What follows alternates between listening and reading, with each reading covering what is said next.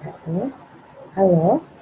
Ya, sebelum belajar tentunya untuk keridhaan Allah Subhanahu wa taala, untuk keberkahan kita semua dan penambah ilmu pengetahuan kita, marilah kita berdoa dulu ya. Bismillahirrahmanirrahim. Raditu billahi robba wa bil islami dina wa bil muhammadin nabiyya wa rasula rabbi zidni ilman warzuqni fahman. Amin. Oke, anak-anakku, soli dan solihah. Nah, tujuan pembelajaran kali ini Ibu akan menjelaskan tentang manfaat keberagaman karakteristik individu, mengemukakan manfaat keberagaman karakteristik individu, dan pentingnya persatuan dalam keberagaman. Oke, ya, yang pertama, menjelaskan keragaman sumber daya alam, pekerjaan, dan manfaatnya. Setiap individu memiliki cita-cita yang berbeda, ya.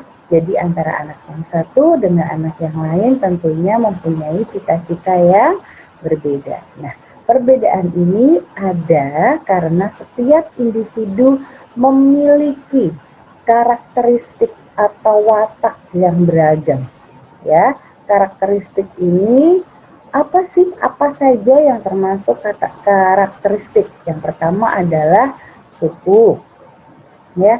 Di kelas 4A ada 25 siswa.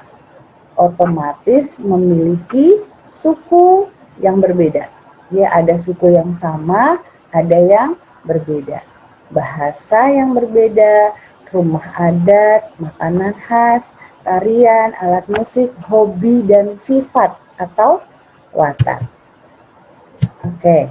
Nah, manfaat keberagaman individu yang pertama adalah dapat saling melengkapi kekurangan. Yang kedua, dapat saling bertukar ide atau pendapat. Yang ketiga, dapat memberi saran atas kekurangan masing-masing. Dan yang keempat adalah dapat belajar hal-hal baru. Contoh kerjasama dalam dunia pekerjaan, ya. Jadi orang tua kalian atau nanti kalian ketika cita-cita kalian sudah berhasil akan ada contoh kerjasama dalam hal dunia pekerjaan. Contohnya, Ibu memberi contoh yaitu dokter. Nah, dokter ini membutuhkan kerjasama dengan dokter lain atau dengan perawat, dengan bidan, ya. Jadi tenaga kesehatan yang lain dan rumah sakit untuk meningkatkan mutu pelayanan, terutama mutu pelayanannya dengan pasien, ya. Oke, yang kedua, keberagaman suku bangsa. Keberagaman yang ada di Indonesia merupakan anugerah Tuhan yang harus dan yang wajib kita syukuri. Beberapa sikap yang harus diterapkan, yang pertama yaitu toleransi, tenggang rasa, saling menghargai satu sama lain. Yang kedua, menghargai dan menghormati keberagaman. Dan yang ketiga, menikmati dan mempelajari kebudayaan daerah lain, ya. Dan yang keempat, menjadikan keberagaman sebagai kekayaan bukan kekurangan. Karena kita tahu ya, bangsa Indonesia itu kaya akan keberagaman, kaya akan budaya, kaya akan suku bangsa, kaya akan bahasa, kaya akan makanan khas dan lain-lain, ya. Oke. Keragaman kegemaran dalam meraih cita-cita. Nah, cita-cita merupakan impian yang kita wujudkan. Salah satu usahanya yaitu dengan menekuni hobi atau kegemaran, ya. Contohnya nih siapa ya? Bu Meta kasih contoh Wildan deh. Wildan ini mempunyai hobi suka main bola contohnya. Nah, kalian tekuni tuh hobi kalian.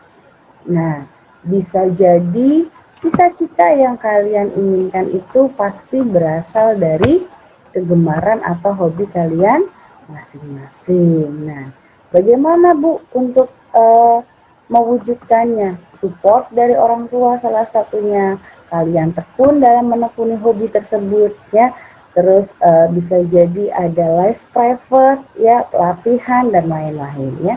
Nah, itu ada contohnya. Lani sangat suka menyanyi, ya, bercita-cita ingin jadi menyanyi. Ada les menyanyi ya.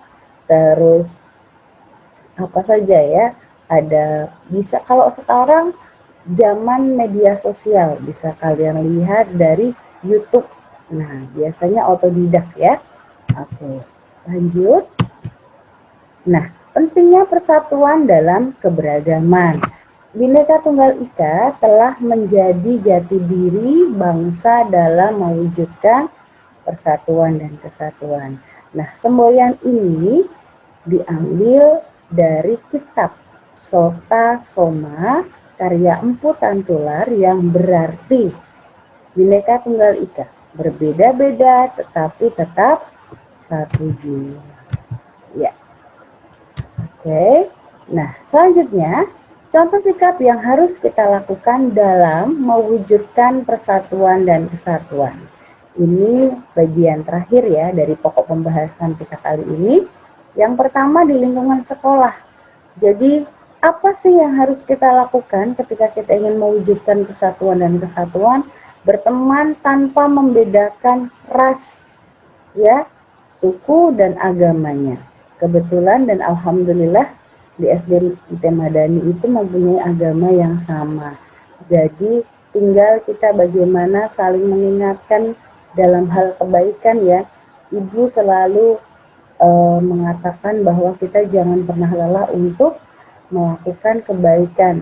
Entah itu kebaikan sekecil apapun pasti nanti akan dicatat sama Allah. Dan semuanya akan kembali lagi ke kita ya. Siapa yang menebar kebaikan pasti kita juga akan menuai kebaikan. Yang kedua, mentaati peraturan sekolah ya. Apalagi di masa pandemi sekarang ya nak ya. Kita harus mentaati apa yang disarankan, apa yang diberikan dari sekolah kepada kita. Terus ingat pesan ibu selalu ya, memakai masker, mencuci tangan dengan sabun, dan menjaga jarak dengan teman. Yang ketiga, menghormati dan menghargai antar warga sekolah. Dengan Pak Mus sekalipun ya, dengan teman, dengan adik kelas kita sekalipun, kita harus menghormati dan menghargai mereka. Ya. Yang keempat, saling tolong menolong. Dan yang kelima, menghindari bullying. Tidak boleh mengejek satu sama lain dengan temannya. Ini yang sering ibu dengar, yang sering kalian rasakan ya nak ya. Bu, aku diejek si ini, bu, aku diejek si itu, bu, aku dipukul si ini, bu, aku ditendang si itu. Nah, ini ya, ini harus kita hindari, menghindari bullying ya. Nah, begitu. Paham ya nak ya? Oke, nah itu saja yang dapat ibu sampaikan. Kita cukupkan sekian ya nak ya. Pembelajaran untuk PPKM subtema 1 sudah selesai. Kalian simak lagi apabila belum paham ya, diputar kembali. Apabila belum jelas ya, boleh ditanyakan ke ibu via WhatsApp. Oke, terima kasih atas perhatiannya. Marilah kita tutup dengan membaca hamdalah. Alhamdulillahirabbil alamin.